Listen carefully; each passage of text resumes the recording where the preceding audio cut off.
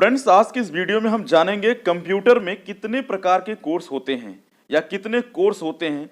चलिए हम जानते हैं कंप्यूटर कोर्स के बारे में। सबसे पहले मैं आपको बता देता हूं, कंप्यूटर में मुख्य 4 कोर्स आते हैं। सबसे पहले मैं आपको बता देता हूं, कंप्यूटर में मुख्यतः 4 प्रकार के कोर्स आते हैं, जिसमें पहला है बेसिक कंप्यूटर कोर्स, दूसरा है सर्टिफिकेट कोर्स, तीसरा है डिप्लोमा कोर्स और चौथा है डिग्री एंड अदर कोर्स। वैसे तो कंप्यूटर में बहुत सारे कोर्स आते हैं। अगर आप सोच रहे हैं कि सारे कोर्स के बारे में हम जान लें, तो आप सारे कोर्स के बारे में आप जान नहीं पाएंगे, क्योंकि जितने भी कोर्स कराने वाले इंस्टीट्यूट होते हैं उनके पास सारे कोर्स अवेलेबल नहीं होते हैं। क्योंकि सारे कोर्स करा पाना यह संभव नहीं है, क्योंकि सारे कोर्स के लिए काफ़ी सारी व्यवस्थाएं करनी पड़ती हैं। अलग अलग कोर्सेज के लिए अलग अलग टीचर्स हमें चाहिए, अलग अलग फैकल्टी हमें बनाना पड़ता है। इसलिए इंस्टीट्यूट वाले इंपोर्टेड कोर्स ही अपने पास रखते हैं, जिसका उनके पास मान्यता होता है, अथॉरिटीज होती है। कुछ ऐसे भी कोर्स होते हैं जिसे गवर्नमेंट डिसाइड करती है। कुछ ऐसे कोर्सेज को डिसाइड सेंटर वाले भी करते हैं आवश्यकता के अनुसार।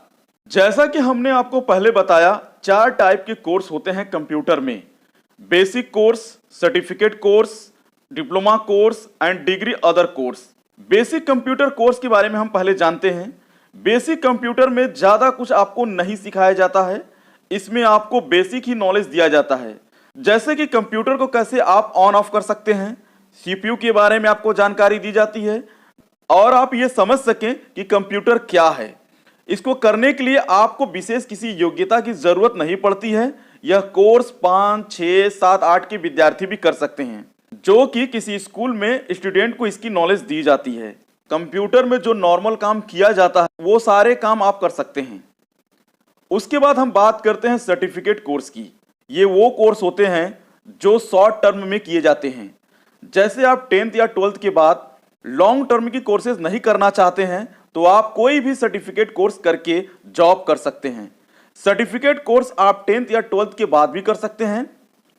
इसमें आपका समय बचता है, कम समय में कोर्स कंप्लीट भी हो जाता है, कम समय में आपको सर्टिफिकेट कोर्स मिल जाते हैं। अगला हम बात करते हैं डिप्लोमा कोर्स के बारे में। ये वो कोर्स होते हैं, अगर आप 10th या 12th पास कर लिए हैं तो आप डिप्लोमा कोर्स कर सकते हैं।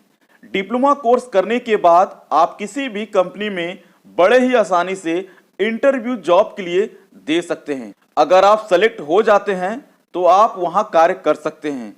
इस कोर्स को आप अपने पढ़ाई के साथ साथ भी कर सकते हैं।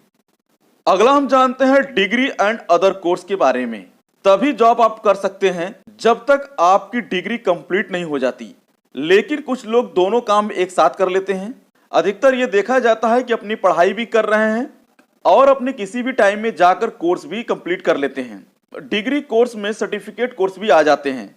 जैसे आपने 10th या 12th पास कर लिया है, किसी जॉब को करने के लिए आपको ग्रेजुएशन करना पड़ता है। ठीक उसी तरह आपको कंप्यूटर में भी डिग्री कोर्स करना पड़ता है। यह सभी कोर्स नॉर्मल नहीं होते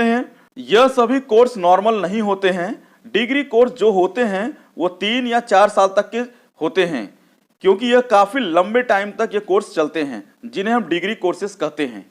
शॉर्ट टर्म के जो कोर्सेज होते हैं बेसिक कंप्यूटर कोर्स के अंतर्गत आते हैं, जैसे MS office, C++, data structures, visual basics, tally, Java core, net, HTML, page maker, Corel Draw, Photoshop, जो कि आपके बेसिक कंप्यूटर कोर्स और सर्टिफिकेट कोर्स के अंतर्गत आते हैं।